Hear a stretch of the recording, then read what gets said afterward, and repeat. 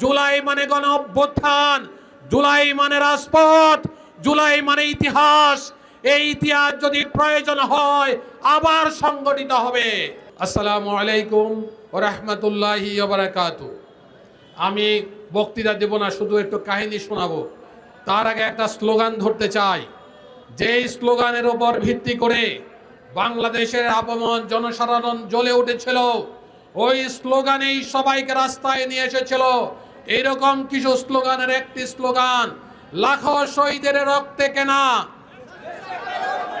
অনেকেই ভুলে বসে আছেন, বললে চলবে না। ওই গ্রাফিতি, রাস্তার গ্রাফিতি স্লোগানেই সবাইকে একত্র করেছিল। সুতরাং এই স্লোগানগুলোকে স্মরণ করতে হবে। লাখো শহীদের রক্তে কেনা, দেশটা কারো বাপের না। সম্মানিত ভাইরা, বক্তব্য একই কথা। জুলাইয়ের গণ অভ্যুত্থান সংগঠিত হয়েছিল। 1400 শহীদ, 30,000 আহত এবং পঙ্গুত্বের বিনিময়ে। যারা আজকে ক্ষমতাসীন আছেন তারা ওই দিনও স্বীকার করেন নাই। আবার এই জুলাই গণ অভ্যুত্থানকে, শহীদদেরকে, আহতদেরকে, পঙ্গুদেরকে ভুলে যেতে বসেছেন। এই জুলাই যারা ভুলতে বসেছেন, যারা ভুলাই দিতে চান, তাদেরকে হুঁশিয়ার করতে চাই, জুলাইকে ভুললে চলবে না। জুলাই মানে গণ অভ্যুত্থান, জুলাই মানে রাজপথ, জুলাই মানে ইতিহাস। এই ইতিহাস যদি প্রয়োজন হয় আবার সংগঠিত হবে। সম্মানিত ভাইরা, নেতৃবৃন্দ বলেছেন আমি শুধু কাহিনী বলবো। 22শে জুলাই অ্যারেস্ট হয়ে গেলাম, আমার উপর দায়িত্ব ছিল আহত ভাইদের চিকিৎসা দেওয়া। ওই কথা বলে শেষ করা যাবে না। আহত পঙ্গু অজস্র ভাইয়েরা হাসপাতালে বিভিন্ন জায়গায় রক্তে কাতরাচ্ছিল, তাদেরকে চিকিৎসা দেওয়া পর্যন্ত হসপিটালকে বন্ধ করে দেওয়া হয়েছিল। সেই ভাইদেরকে চিকিৎসা করানো হলো। আমি অ্যারেস্ট হলাম 1 তারিখে, আজকের এই দিনে, এই সময় আমি জেলখানায় প্রবেশ করলাম। আমি যখন জেলখানায় যাই তখন আমার অবস্থা ছিল মৃতপ্রায়। আমি হসপিটালে ছিলাম।